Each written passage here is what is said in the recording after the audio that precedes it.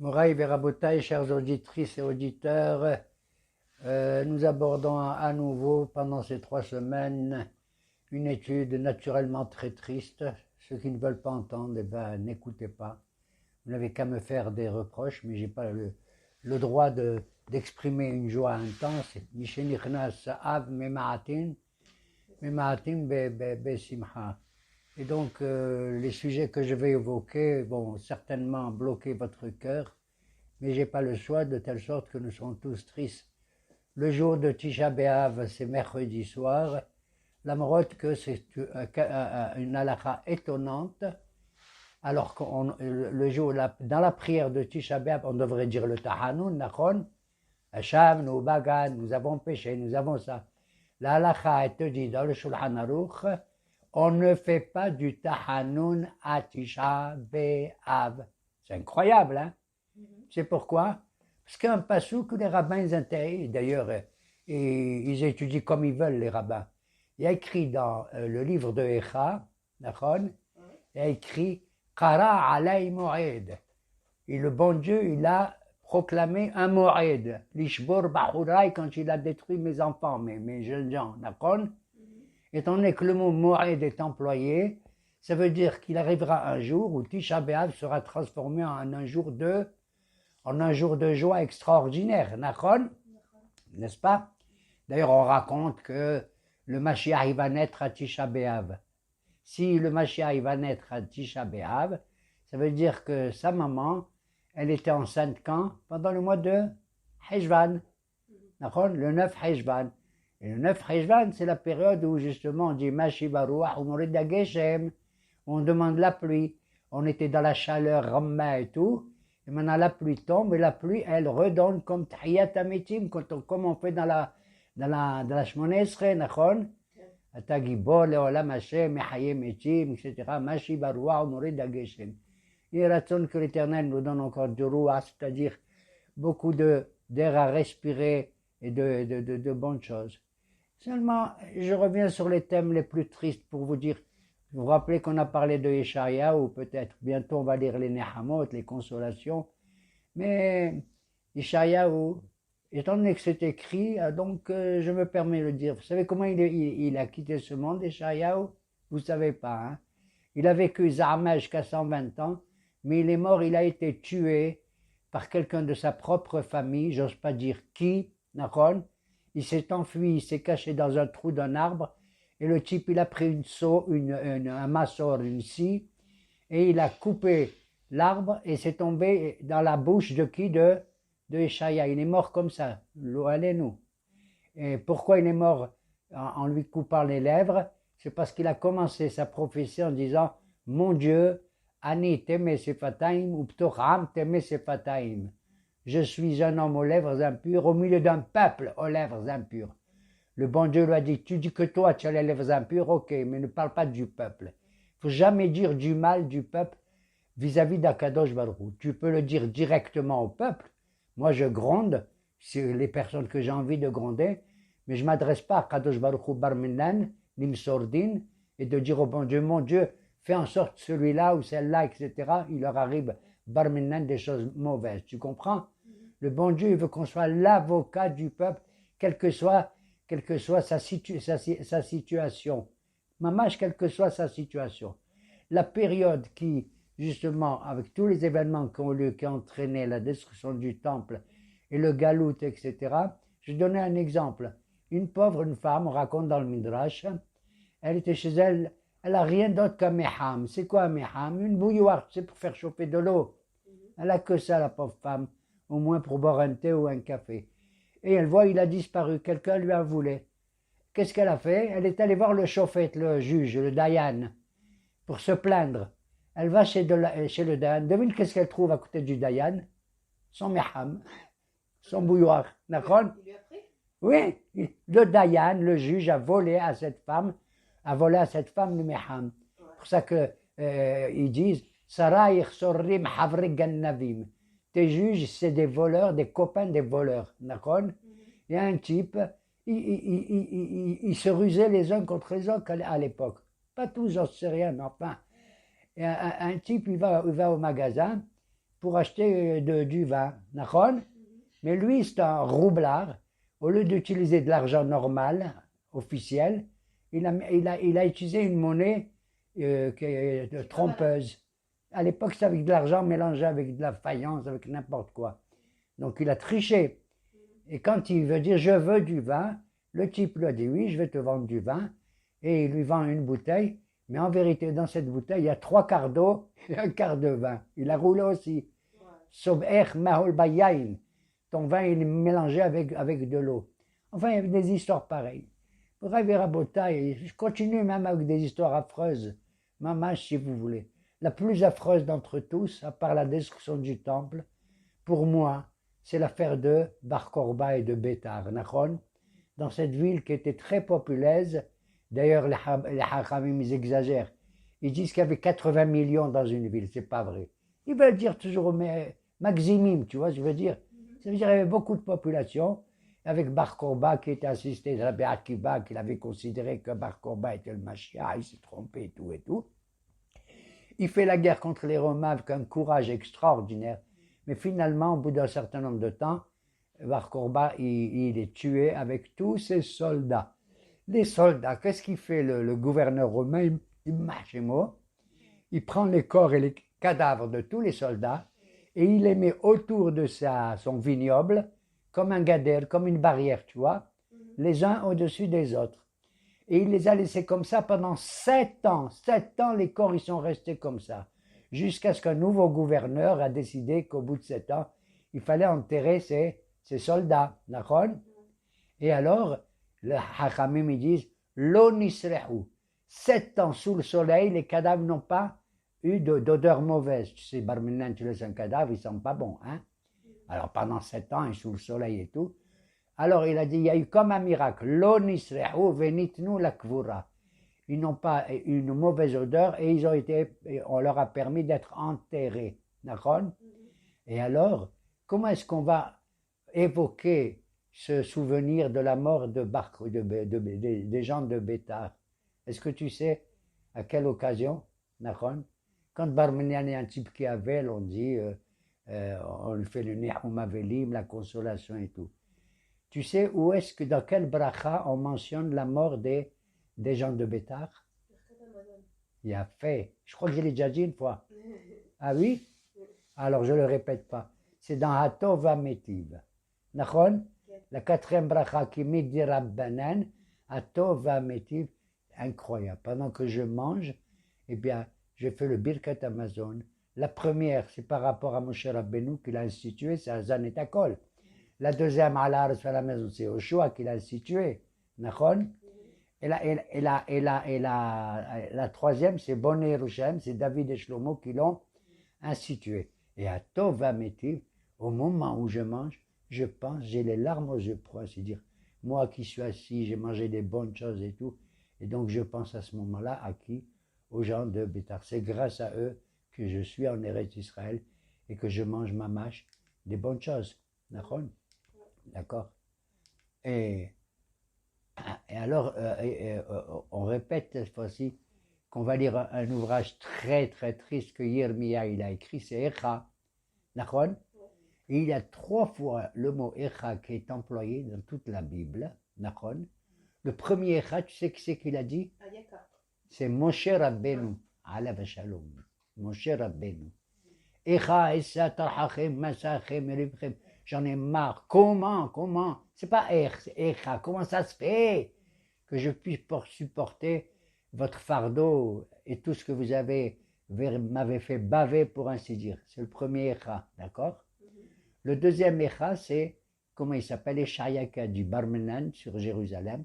Echa Haïta Lezona, comment elle était comme une prostituée. Le troisième Echa, c'est Yirmiya qui l'a dit dans le livre d'Echa. Echa Yashbabada Da'ira Bateam. Comment cette ville qui était magnifique et tout, hein, elle est devenue solitaire. Hein, Sarati Medina, la princesse de toutes les nations, a été à la masse. Elle est devenue l'objet de tous les impôts, de toutes les contraintes que les nations vont faire contre eux. Echa, ça pour valeur numérique, tu sais combien? Aleph Yud Chafé, 36 exactement. Dans ce cri que poussent les Moshe et Ishaya et Yermia, ça veut dire où sont les 36 sadikim qui doivent sauver dans chaque génération. D'accord? Dans chaque génération, Echa. Et tu as fait une allusion merveilleuse, ma fille, c'est que le premier Echa, on va parler dans ce sujet rapidement de l'homme qui a subi les épreuves les plus terribles, le plus grand malheur qui c'est. Quel est l'homme qui a subi le plus grand truc? C'est Iyov, d'accord? Et on doit lire le livre de Iyov pendant Tisha B'Av. Les gens ne lisent pas, c'est l'ouvrage le plus beau sur le plan poétique et littéraire que cet homme il aurait écrit. Je dis au conditionnel, on va en parler. Mais je vais te dire, j'ai dit, l'homme qui a souffert le plus, c'est Moshe. Parce que pendant 40 ans, il court, il veut rentrer en Israël, on ne le laisse pas entrer. Tu te rends compte? C'est comme si moi, je veux aller à la piscine avec mes enfants, je cours, j'ai chaud. Et le gardien me dit, non monsieur, les enfants ils rentrent, mais pas vous. Tu te rends compte? Qu'est-ce que ça veut dire ça? Et Moshe Rabbeinu, il court. Et il demande au bon Dieu, dans la paracha de Vaet Hanan qu'on va lire ce Shabbat, je t'en supplie. Pendant 515 prières, il fait, pour demander à Dieu d'entrer, Dieu lui dit, non, Ravlach al-Tosib d'Aber ça suffit, je te demande. Il lui dit, je t'en supplie, je veux rentrer et voir. Tu ne rentreras pas. Je te permets simplement avec tes yeux de regarder le pays d'Israël du nord au sud et de l'est à l'ouest. C'est tout. Mais je vais te dire, on va parler de Job, un homme malheureux, comme on dit de nos jours, pauvre comme Job. D'accord? Mais de tous ceux dont je parle, c'est quel est l'homme le plus malheureux au monde? Qui c'est? Tu as fait l'allusion tout à l'heure. Bravo! C'est Adam Arishon. Pourquoi c'est le plus malheureux de tous? Personne ne se rend compte, c'est Adam le plus malheureux. Parce qu'il a vécu au paradis, tu te rends compte, au Gan Eden. Il avait tout ce qu'il fallait. Et il pouvait vivre éternellement. Il n'y avait pas de limitation à sa vie. Nachon? Pas du tout. Et après ce qu'il a fait, parce qu'il a mangé du fruit qu'elle lui a donné et tout. Et Dieu, le bon Dieu, va le chasser du Gan Eden pour venir dans ce monde. Moi, je ne me plains pas de ce monde. Il est comme il est. J'accepte les 4 saisons. J'accepte de travailler. J'accepte tout ça. D'accord? Puisque je suis dans ce monde, que les Hachamim, ils ont dit, il ressemble à un corridor et il nous conduit au salon. Le salon, on ne connaît pas autre chose. On ne connaît pas autre chose. C'est prosdor chez Olech les Traklin. Un corridor. Alors on est dans le corridor, mais il conduit ce corridor-ci, je continue à bien marcher, au salon, qui est le Olam Abba. Et voilà que le pauvre Adam Arishon, meskin, il a quitté, il a été chassé d'une vie merveilleuse, et il est sorti, et c'est là-bas qu'il y a eu la mort, et qu'il y a une limitation de l'existence dans ce Olam Azé. Et tu sais comment ça a commencé? Après qu'il a fait le péché, il s'est sauvé il s'est caché lui avec Hava sous un arbre. Et le bon Dieu lui a dit, Ayeka, d'accord? Où es-tu? Comment tu écris Ayeka? Aleph, Yud, Kafé, Secha. Où es-tu? C'est comme quand moi je dis, mais où tu étais? Toi tu étais un petit bien. Où tu es maintenant? Tu ne te rends pas compte, d'accord? Et donc c'est lui qui a bavé le plus. Mais aujourd'hui, Moravi Rabotai, on va quand même consacrer rapidement, parce que je veux le dire rapidement, pour pas que vous soyez toujours triste, mais vous l'écouterez ça si vous voulez pendant Tcharbeb, que d'un personnage quand on parle d'un quelqu'un qui a souffert dans la Bible, c'est pauvre comme Job. Il n'y a pas pire que ça. Un homme dont on a dit au début, d'abord ce texte est merveilleux, lisez-le mémé, pour ceux qui comprennent l'hébreu, c'est pas facile, mais lisez-le en français, vous allez voir.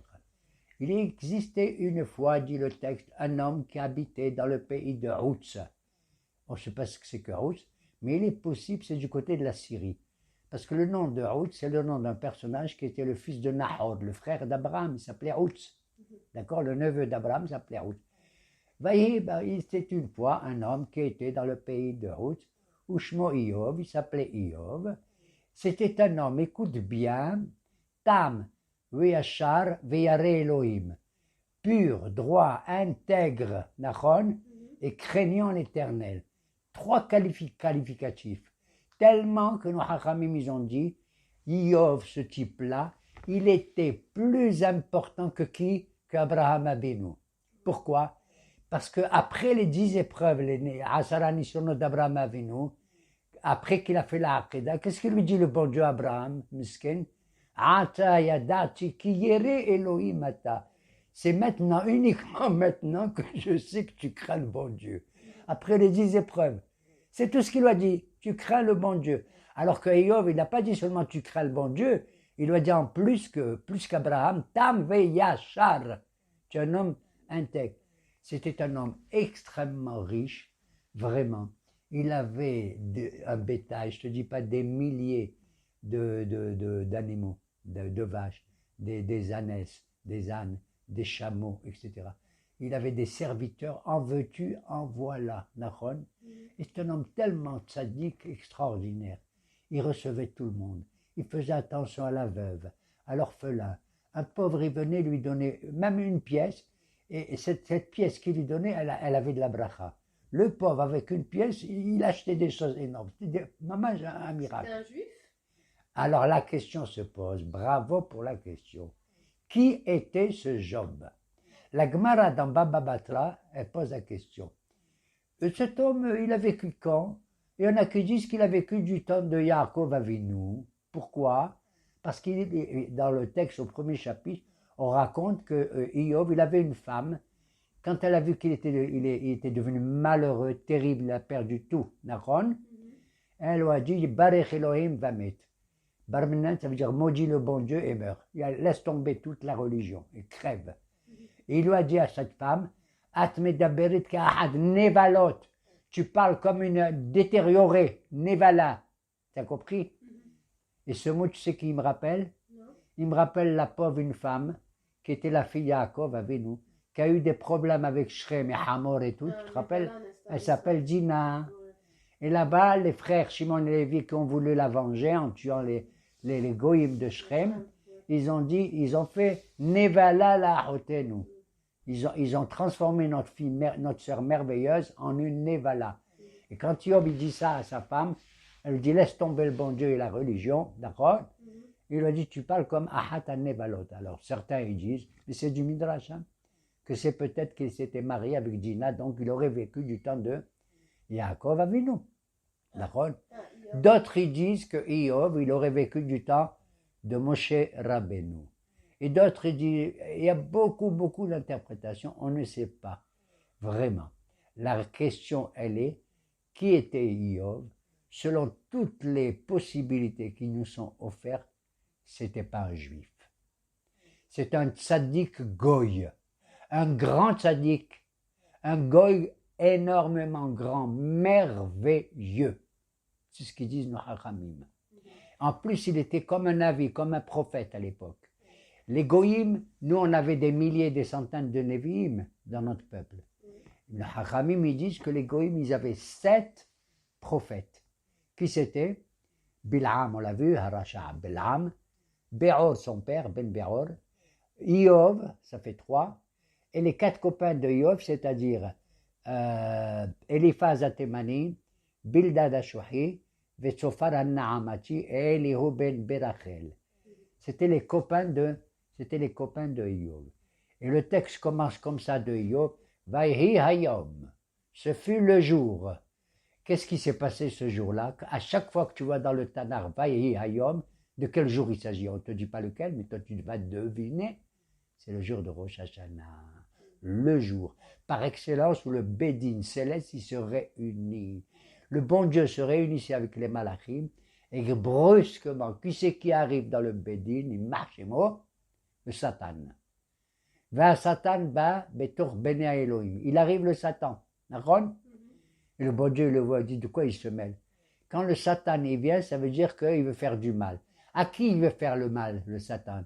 Ni à moi, ni à toi, ni à quelqu'un d'autre, parce qu'on est des gens tout à fait simples. Il veut s'attaquer, c'est sûr, au tzaddik le plus important de la génération. Et qui est le tzaddik le plus important? C'est Iyov. Iyov, à chaque fois que ses enfants, il avait 7 garçons et 3 filles, ils allaient se faire un pique-nique, s'amuser, s'inviter mutuellement, il avait peur qu'ils disent des bêtises, tu vois, et qu'ils parlent mal et tout. Qu'est-ce qu'il faisait Iyov? Des corbanotes. Il faisait des corbanotes pour protéger ses enfants. Tu te rends compte? Et alors, À ce moment-là, le Satan arrive, le bon Dieu dit, mais d'où tu viens? Il lui a dit, Michout Ba'aret, je me baladais sur terre. Hein, il a dit, hein, tu te baladais sur terre? Dis-moi, tu as jeté les yeux sur qui? Mon merveilleux Iov? Il lui a dit, oui, c'est vrai, j'ai été voir le plus sadique dans le monde entier. Et il s'appelle Iov et tout ça. Et alors, qu'est-ce qu'il a? Il est bien, il est Tam, il est Yachar, il est Ré Elohim. Il a dit, si ce Iov, il est sadique, il est religieux, c'est parce qu'il est riche. C'est parce qu'il a tout le bonheur. Bien sûr qu'il croit en Dieu. Bien sûr qu'il te fait des corbanotes et tout. C'est parce qu'il a du fric, c'est tout. Enlève-lui tout ça et tu verras. Le bon Dieu dit, ah bon? Eh bien enlève-lui, on va voir. Satan, je te permets d'enlever tout ça. Et c'est comme ça que, plus tard, on apprend que Iov était chez lui, tranquille, et un premier émissaire qui arrive, un homme qui court comme un fou, un de ses serviteurs, il dit, mon cher, mon maître Iov, mon maître, quoi? Eh bien, il y a eu des voleurs, ils sont venus, ils ont volé des troupeaux que tu avais. Oh là là là là là là. À peine il a fini de parler, un deuxième il court. Non, mon maître Iov, ils sont venus des voyous, tout ça. Ils ont volé, ils ont fait du mal à tes enfants et tout. Aïe, aïe, aïe, aïe, aïe, aïe. Il finit de parler, un troisième, il arrive. Mon maître, excuse-moi de te le dire, le feu est tombé. Il y a eu des voyous, tout ça, des brigands. Ils ont tué tes enfants. Il ne te reste plus rien du tout. Tu te rends compte? Ça à cause de qui? À cause du Satan. À cause du Satan. Et il remonte dans le ciel une deuxième fois, le deuxième jour de Rosh Hashanah. Le bon Dieu dit, mais une bataille, d'où tu viens? Il dit, je reviens de chez Iov. Et alors? Eh bien, Iov, il est comme ça, et tout se passe bien apparemment. Alors le bon Dieu dit, tu vois qu'il est sadique? Il a dit, il est sadique parce qu'il a perdu de la fortune, d'accord, peut-être, mais maintenant touche-le à lui dans son corps et tu verras. Donne-lui quelque chose. Le bon Dieu lui dit, écoute, si tu continues comme ça, tu peux t'attaquer au corps, au gouffre de Iov, mais fais attention, Barmenan, que tu le tues pas, qu'il ne meure pas. Tu peux lui donner tout ce que tu veux comme mal dans le gouffre, maladie, n'importe quoi, mais ne le tue pas. La chose ressemble à quoi, disent nos haramim? C'est comme quelqu'un il te dit, monsieur, je vous permets de casser le tonneau de vin, mais faites attention que le vin ne coule pas. Si je casse le tonneau, le vin il coule. Et c'est ce que le bon Dieu. Et on dit que le Satan, il était triste parce qu'il ne savait pas comment faire. Comment il va donner Barmenan des épreuves à Iov sans que sa neshama il s'en aille. Ça a été très dur pour lui.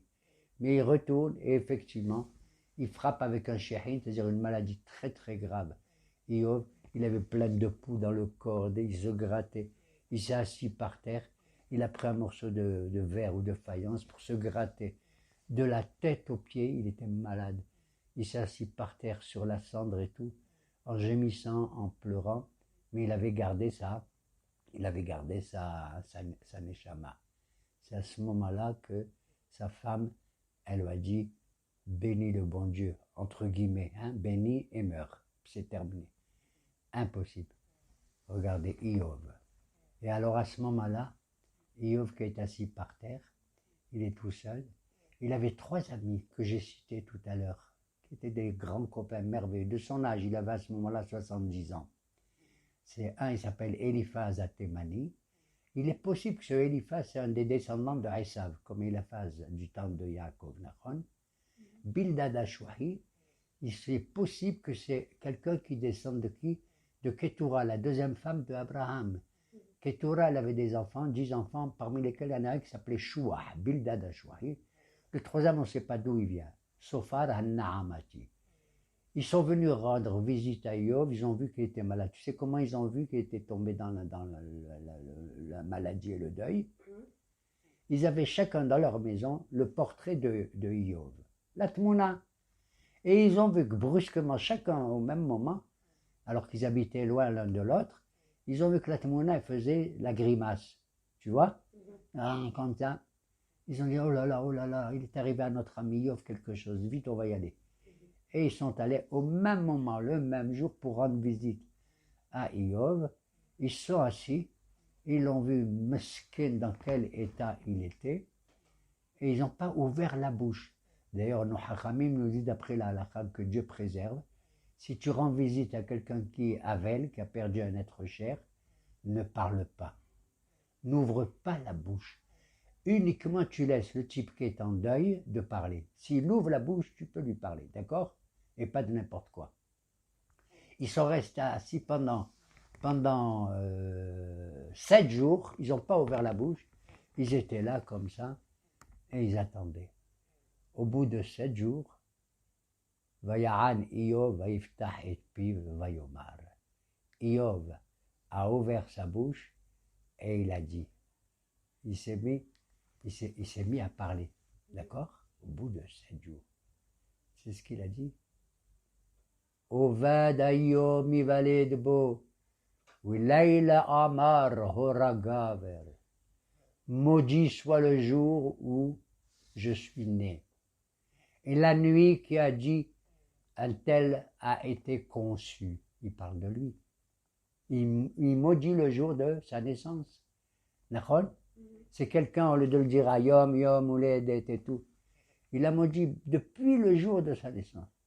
Et il lui a dit, j'aurais voulu effacer mon existence et la date de ma naissance de tout le calendrier.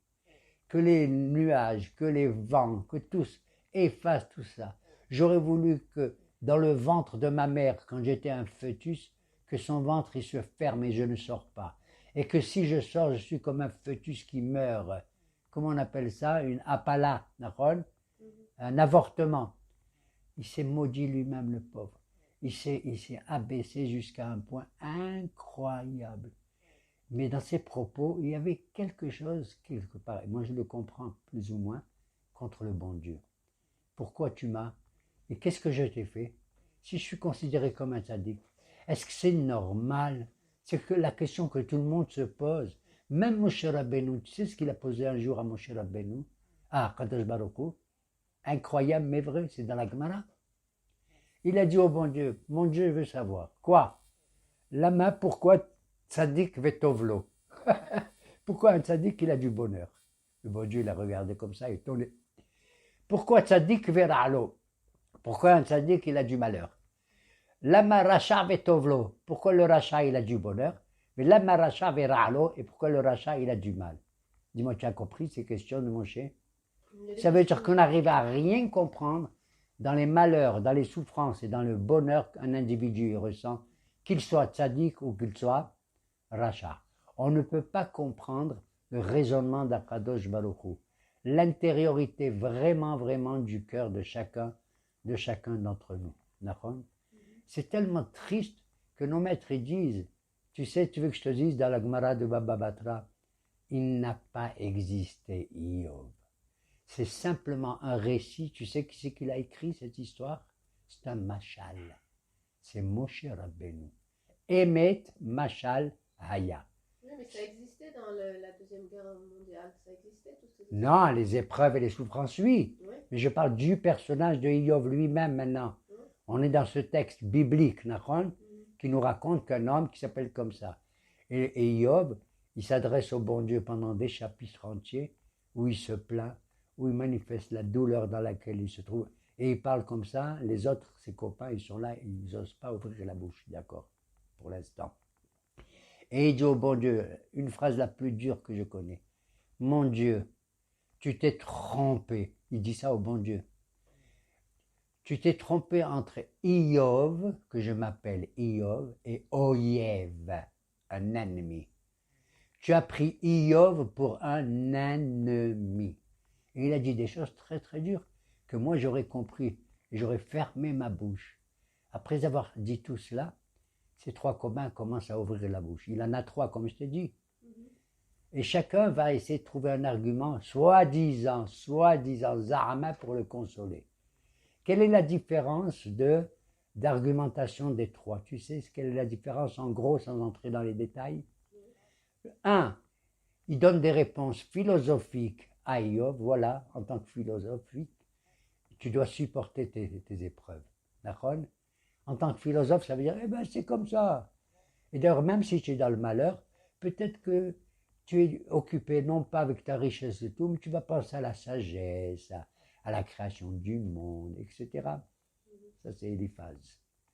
Le deuxième, il lui dit, non, non, moi, je ne vais pas donner une consolation philosophique, je vais donner une consolation morale. Et je te dis la vérité, Job. C'est le deuxième, comment il s'appelle, Bildad Ashouhi. En vérité, ce qui t'arrive, c'est vrai que tu as fait du bien autour de toi et tout, mais qu'est-ce que tu en sais? Peut-être que tu as fait des grands avonotes que personne ne connaît. C'est impossible que tu souffres et que tu n'as pas fait des péchés. Intérieurement ou tout. Va savoir d'où vient ton argent, va savoir. Tu entends? Et à chaque fois qu'ils interviennent, Iov, il réplique, il devient fou, il n'accepte pas les argumentations, ni du philosophe, ni du moraliste. Alors le troisième, certainement pas qu'il ne faut pas accepter. Tu sais qui c'était le troisième? On l'appelle Sofar Naamati, c'était le religieux. Il donne une réponse zama religieuse, spirituelle, qui justifierait la souffrance de Iov. Tu sais quelle est sa réponse religieuse? Ça me tue. L'argumentation religieuse de Sophar, Iov, sache que ce qui t'arrive maintenant, que tu traînes dans la boue et tout, hein, et que tu souffres énormément, c'est très très bien. Parce que tu vas souffrir ici, parce qu'Akadosh Baruch Hu, il va te garder le meilleur bonheur dans le Olam Haba. Voilà. Sois content, souffre, et tu auras le bonheur dans le Olam Haba. Ça, c'est la réponse de qui? Du religieux, Nahon. Et à chaque fois, Iov leur répond. Il leur a dit, vous n'arrivez même pas à comprendre, à sentir ce que je souffre et ce que je ressens. Allez vous faire voir ailleurs. Comme ça, il leur a dit. C'était ses copains, ses grands copains. À côté des trois, il y avait un autre qui était beaucoup plus jeune. On n'en parle pas. Il s'appelle Elihu ben Berachel. Les trois copains, ils avaient en gros 70 ans, tu vois. Mais lui, il était plus jeune. Il devait avoir 25 ans, quelque chose comme ça. Et il prend la parole. Il dit, j'en ai ras-le-bol. J'ai fermé ma bouche pendant 40 chapitres. Vous avez parlé les uns et les autres sur Iov. Bien sûr, Iov a dit des choses pas sympathiques sur le bon Dieu. Mais vous avez été pire que lui. Vos argumentations n'ont pas tenu compte de la souffrance de cet homme. Vous n'avez pas tenu compte. Comme il a dit David Ameller, moi mes larmes, elles tombaient dans un verre et je buvais. C'est l'eau que je buvais, c'était des larmes. D'accord? Je buvais dim'ati yomam wa layla ayalihim. Mon pain, c'était des larmes que je mangeais matin et soir.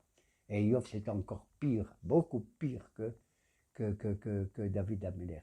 Et ce Léo, il dit, allez vous faire voir, vous n'avez pas honte. Vous êtes venu faire la consolation de Iov, vous avez fait exactement le contraire. Moi aussi, je vais parler à Iov. Je sais qu'il n'a pas parlé comme il convient et tout, en dépit, mais je tiens compte de sa souffrance. À ce moment-là, on est au chapitre 40, il a écrit 42 livres, 42 chapitres, Iov. Il y a 42, hein. Ils sont merveilleux, je t'ai dit sur le plan littéral et poétique. À ce moment-là, le bon Dieu, il arrive. C'est le cinquième personnage. D'accord? Vaya'an Hashem vayomar. Et le bon Dieu, à la fin de Iov, il parle pendant 2 ou 3 chapitres. Et tu sais comment il parle, le bon Dieu? Alors là, il m'a tué encore pire que les autres. C'est comment il parle à Iov? Iov, où étais-tu quand j'ai créé le monde? Est-ce que tu as compris d'où vient le vent? Iov, est-ce que tu sais fabriquer de la pluie, toi? Est-ce que tu sais qu'il y a le nord, le sud, l'est et l'ouest? Est-ce que tu sais que j'ai fait des anges, Iov? 50 questions il pose, le bon Dieu à Iov. Est-ce que tu sais que moi, j'ai fait les animaux?